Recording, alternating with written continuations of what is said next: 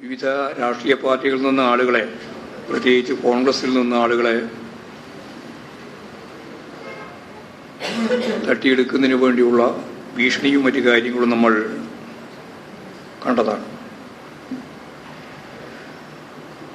തെരഞ്ഞെടുപ്പ് പുരോഗമിക്കുന്ന ഈ സന്ദർഭത്തിൽ മോഡിയുടെ ഗ്യാരണ്ടിയും അതായിരുന്നു വലിയ പ്രചാരവേല. ജനങ്ങൾ തള്ളിക്കളഞ്ഞു എന്ന് ബോധ്യപ്പെട്ടതോടെ വർഗീയ പ്രചരണങ്ങൾക്ക് നേതൃത്വം നൽകുകയാണ് BJP നേതൃത്വം തന്നെ ചെയ്യുന്നത്. ഇത്തരം വർഗീയ ധ്രുവീകരണ ശക്തികൾക്കെതിരെ തെരഞ്ഞെടുപ്പ് കഴിഞ്ഞാലും അതീവ ജാഗ്രത പുലർത്തേണ്ടതുണ്ട് എന്ന് തന്നെയാണ് പാർട്ടി കാണുന്നത്.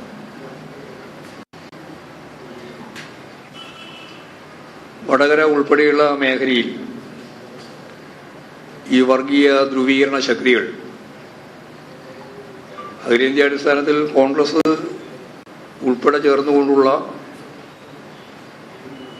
വർഗീയതയ്ക്കെതിരായി പൊരുതുന്ന ശക്തികൾക്കെതിരായിട്ടാണ് ധ്രുവീകരണത്തിന് BJPയും സംഘപരിവാരും ശ്രമിക്കുന്നതെങ്കിൽ ഇവിടെ കോൺഗ്രസ് ഉൾപ്പെടെ ചേർന്ന് വർഗീയ ധ്രുവീകരണം ഉണ്ടാക്കാൻ വേണ്ടി ശ്രമിക്കുന്ന നിലയാണ് വടകര പോലെയുള്ള മേഖലയിൽ കാണുന്നത്. തീർച്ചയായും തെരഞ്ഞെടുപ്പ് കഴിഞ്ഞാലും മതസൗഹാർദ്ദം നിലനിർത്താനും വർഗീയ ധ്രുവീകരണത്തിന് നടത്തുന്ന ശ്രമങ്ങളെ ഫലപ്രദമായിട്ട് ജനങ്ങളിൽ തുറന്നു കാണിക്കാനും ആവശ്യമായ നീക്കം അത്തരം മേഖലയിൽ നടത്തേണ്ടി വരും എന്ന് തന്നെയാണ് ചൂണ്ടിക്കാണിക്കാനുള്ളത്. പൗരത്വ ഭേദഗതി നിയമത്തിൻ്റെ ചട്ടങ്ങൾ തിരക്ക് പിടിച്ച് ഉണ്ടാക്കിയത് വർഗീയ ധ്രുവീകരണത്തിനു വേണ്ടി തന്നെയാണ്.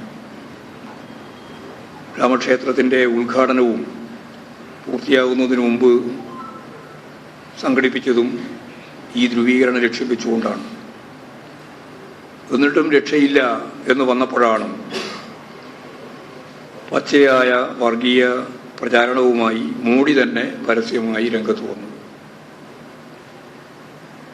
ഹിന്ദുക്കൾ സ്വരൂപിക്കുന്ന സമ്പത്ത് കൂടുതൽ കുട്ടികളെ ഉൽപ്പാദിപ്പിക്കുന്ന വിഭാഗത്തിൻ്റെ പരാമർശത്തോടെ മുസ്ലിങ്ങൾ അതെല്ലാം വീതിച്ചു കൊടുക്കാനാണ് പോകുന്നത് എന്ന സ്പിരിറ്റിൽ ഏതെങ്കിലും രാജസ്ഥാനിലൊരു പ്രസംഗത്തിൻ്റെ ഭാഗമായിട്ട് മാത്രമല്ല, തുടർച്ചയായിട്ട് ഇപ്പോഴും പ്രസംഗിച്ചുകൊണ്ടിരിക്കുകയാണ്. പിന്നെ കേരളത്തെ അപമാനിക്കാൻ എന്തെല്ലാം സാധ്യതകളാണോ ഉള്ളത് അത് ഈ BJP സംഘപരിവാർ വിഭാഗം വളരെ ശക്തിയായിട്ട് പ്രചരിപ്പിച്ചുകൊണ്ടിരിക്കുകയാണ്. അതിൽ ഏറ്റവും പ്രധാനപ്പെട്ട ഒന്നാണ് ക്ഷേത്ര വരുമാനത്തിൻ്റെ 98.2% മുസ്ലിങ്ങൾക്ക് വേണ്ടിയിട്ട് നൽകുകയാണ്, അതിനു വേണ്ടിയിട്ടാണ് ഉപയോഗിക്കുന്നത് എന്ന് ചാനൽ ചർച്ചയിൽ BJPയുടെ വക്താവ് സഞ്ജു വർമ്മ, അയാൾ ദേശീയ വക്താവാണ്, വളരെ വ്യക്തതയോടുകൂടി സാധാരണ എല്ലാം നടക്കുന്നത് പോലെ വളരെ പ്രധാനപ്പെട്ടൊരു കണക്ക് അവതരിപ്പിക്കുകയാണ്. 98.2% ക്ഷേത്ര വരുമാനത്തിൽ നിന്ന് കിട്ടുന്നതിൻ്റെ ഈ പങ്ക് മുസ്ലിങ്ങൾക്ക് വേണ്ടിയിട്ടാണ് ഉപയോഗിക്കുന്നത് എന്ന് കള്ളപ്രചാരവേല നടത്തുക. നമുക്കറിയാം, ഇവിടെ കേരളത്തിൽ ദേവസ്വം ബോർഡുമായിട്ട് ബന്ധപ്പെട്ട ക്ഷേത്രം 5 ദേവസ്വം ബോർഡുകളുണ്ട്. അതിൻ്റെ ഭാഗമായിട്ട് കിട്ടുന്ന ഒരു പൈസയും ഗവൺമെൻറ് സംവിധാനത്തിൻ്റെ ഭാഗമായിട്ട് ഉപയോഗിക്കുന്നില്ല. ദേവസ്വം ബോർഡുകൾക്ക് അങ്ങോട്ട് പണം കൊടുക്കുന്ന നിലയാണ് കേരളത്തിലെ ഗവൺമെൻറ് സ്വീകരിച്ചുകൊണ്ടിരിക്കുന്നത്. മുമ്പ് കേരളത്തിൽ BJPക്കാർ നിരന്തരമായിട്ട് പറഞ്ഞുകൊണ്ടിരുന്ന ഒരു കാര്യം, ക്ഷേത്ര ഭരണങ്ങളിൽ നിന്ന് കിട്ടുന്ന പണം ഗവൺമെൻറ് ഖജനാവിലേക്ക് എടുക്കുന്നു എന്നാണ്. അപ്പോൾ ഗവൺമെൻറ് ഖജനാവിലേക്ക് എടുക്കുന്നില്ല എന്ന് മാത്രമല്ല, ശബരിമല ഉൾപ്പെടെയുള്ള പ്രോജക്റ്റിൻ്റെ ഭാഗമായിട്ട് പണം ഗവൺമെൻറ് ഓരോ വർഷവും ക്ഷേത്ര ഉത്സവം ഉൾപ്പെടെയുള്ള പരിപാടികൾക്ക് വേണ്ടി കൂടുതൽ ചിലവാക്കുന്ന നിലയാണ് സ്വീകരിച്ചത്. അപ്പോഴാണ് ഈ സഞ്ജു വർമ്മ പറയുന്നത് 3578 ക്ഷേത്രങ്ങൾ ദേവസ്വം ബോർഡ് ഭരിക്കുകയാണ്. അതിൽ 590 കോടി രൂപയുടെ വരുമാനമുണ്ട്.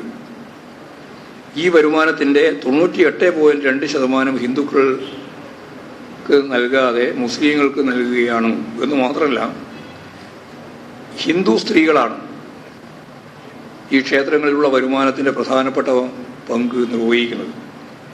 അവരുടെ മാല, അവരുടെ വരുമാനം, വള, താലിമാല ഒക്കെയാണ് നൽകുന്നത്. അപ്പോൾ മോഡി പറഞ്ഞതിനെ ശരിയായ രീതിയിൽ ഞങ്ങൾ ഈ കേരളത്തിൻ്റെ അനുഭവം വെച്ച് വിശദീകരിക്കുകയാണ് എന്നാണ് ഇവർ പറഞ്ഞുകൊണ്ടിരിക്കുന്നത്. അപ്പോൾ മുസ്ലിങ്ങൾക്ക് വേണ്ടി ഇത്രയും പണം 98.2%, അതും അവർ പറയുന്നത് 590 കോടിയോളം വരുമാനമുള്ളത് ഇങ്ങനെ ഉപയോഗിച്ചുകൊണ്ടിരിക്കുന്നു എന്നുള്ള കള്ളപ്രചരണമാണ്. കള്ളപ്രചരണം എന്ന് പറഞ്ഞാൽ ഇത് ഒരു തരത്തിലുള്ള വസ്തുതയില്ലാതെ വെറുതെ കെട്ടിപ്പൊക്കി ഒരു കളവുണ്ടാക്കുക, ആ കളവ് വ്യാപകമായി പ്രചരിപ്പിക്കുക. ഇതാണ് വളരെ പ്രധാനപ്പെട്ട ഒരു പ്രശ്നമായിട്ട് കാണുന്നു. അപ്പോൾ പാർട്ടി കാണുന്നത് ഈ വർഗീയ ധ്രുവീകരണ ശ്രമങ്ങളെ മറികടക്കുന്നതിന് രാജ്യത്തെ മതനിരപേക്ഷ ശക്തികൾ തീർച്ചയായും ജാഗ്രത പാലിക്കണമെന്നും, ഏതായാലും ഈ തെരഞ്ഞെടുപ്പ് കഴിയുന്നതോടുകൂടി രാജ്യത്ത് മതനിരപേക്ഷ സർക്കാർ രൂപം കൊള്ളുന്ന സാധ്യത ഉണ്ട് എന്നുള്ളതുമാണ് ഞങ്ങൾ കണ്ടിട്ടുള്ളത്. കേരളത്തിൻ്റെ സ്ഥിതി പൊതുവായിട്ട് പരിശോധിച്ചപ്പോൾ കേരളത്തിലെ LDFനെ ദുർബലപ്പെടുത്തുക എന്ന അജണ്ടയാണ് BJPയും കോൺഗ്രസും സ്വീകരിച്ചുകൊണ്ടിരിക്കുന്നത്. ഇതിൻ്റെ ഭാഗമായാണ് രാഹുൽ ഗാന്ധി തന്നെ വീണ്ടും വയനാട്ടിൽ വന്ന് മത്സരിക്കുന്നതിന് തയ്യാറായിട്ടുള്ളത് എന്ന് തന്നെ എല്ലാവർക്കും അറിയാം. കഴിഞ്ഞ തിരഞ്ഞെടുപ്പിലുണ്ടായിരുന്ന ആ ഒരു പ്രഭ ഈ തിരഞ്ഞെടുപ്പിൽ കോൺഗ്രസിനും അതുപോലെ രാഹുൽ ഗാന്ധിക്കും ഇല്ല എന്നെല്ലാവർക്കും അറിയാം. വയനാടിൻ്റെ വികസനത്തിന് യാതൊരു തരത്തിലും ഇടപെടാതിരുന്ന രാഹുൽ ഗാന്ധിക്കെതിരായ പ്രതിഷേധം സ്വാഭാവികമായിട്ടും അവിടെ പ്രതിഫലിക്കുമെന്ന കാര്യത്തിൽ തർക്കമില്ല. കേരളത്തിൽ BJPക്ക് അക്കൗണ്ട് തുറപ്പിക്കുക എന്ന നിലയിൽ തൃശ്ശൂരിൽ പ്രകടമായി പാർട്ടിക്കെതിരായി EDയും ITയും ഒക്കെ യാതൊരു മറയുമില്ലാതെ ഇടപെടുന്ന നിലയാണ് ഉണ്ടായത്.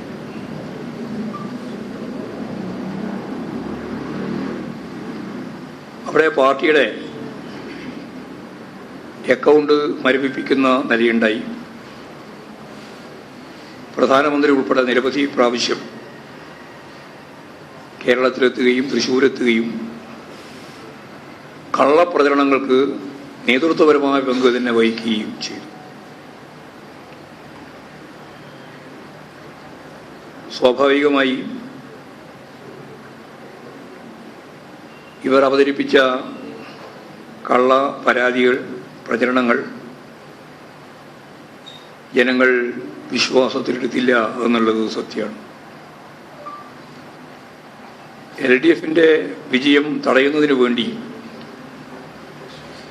BJPയുമായി പോലും കൂട്ടുകെട്ടുണ്ടാക്കുന്നതിനൊരു മടിയും UDF കാണിച്ചിട്ടില്ല.